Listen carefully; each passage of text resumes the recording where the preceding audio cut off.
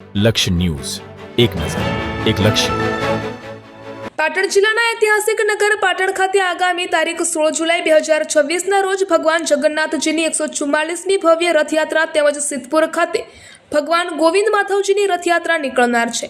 આ બંને રથયાત્રાઓ શાંતિપૂર્ણ, સુરક્ષિત અને સુચારુ રીતે સંપન્ન થાય તે માટે જિલ્લા કલેક્ટર ડોક્ટર પ્રશાંત જીલોવાના અધ્યક્ષસ્થાને રથયાત્રા આયોજકો અને વિવિધ વિભાગોના અધિકારીઓશ્રીઓ સાથે સમીક્ષા બેઠક યોજાઈ હતી.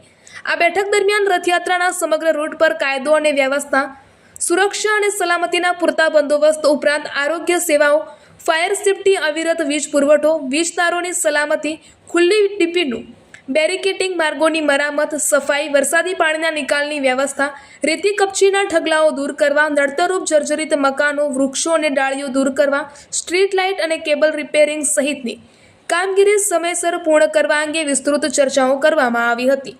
આ ઉપરાંત રથયાત્રા દરમિયાન પ્રસાદની ગુણવત્તાની ચકાસણી, રથયાત્રામાં સામેલ પશુઓના આરોગ્યની તપાસ, માર્ગ પરના સ્પીડ બ્રેકર દૂર કરવા, ટ્રાફિક વ્યવસ્થાનું અસરકારક આયોજન, અસામાજિક તત્વો સામે આગોતરા પગલાં લેવા તેમજ પાટણ શહેરના 3 દરવાજાથી રતનપુર સુધીના માર્ગ પર પૂરતી લાઇટિંગ વ્યવસ્થા સુનિશ્ચિત કરવા સંબંધિત વિભાગોને જરૂરી સૂચનો આપવામાં આવી હતી.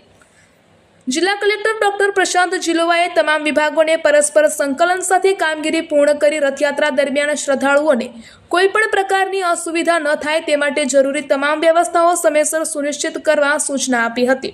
આ સમીક્ષા બેઠકમાં જિલ્લા પોલીસ વડા શ્રી વી.કે. નાઈ, નિવાસી અધિક કલેક્ટર ડોક્ટર મેહુલ બરાસરા, મંદિર ટ્રસ્ટના શ્રી પિયુષભાઈ આચાર્ય, સેવાભાવી સામાજિક સંસ્થાઓના પ્રતિનિધિઓ તેમજ વિવિધ વિભાગોના અધિકારીશ્રીઓ ઉપસ્થિત રહ્યા હતા. રિપોર્ટર પંકજ સાધુ, પાટણ.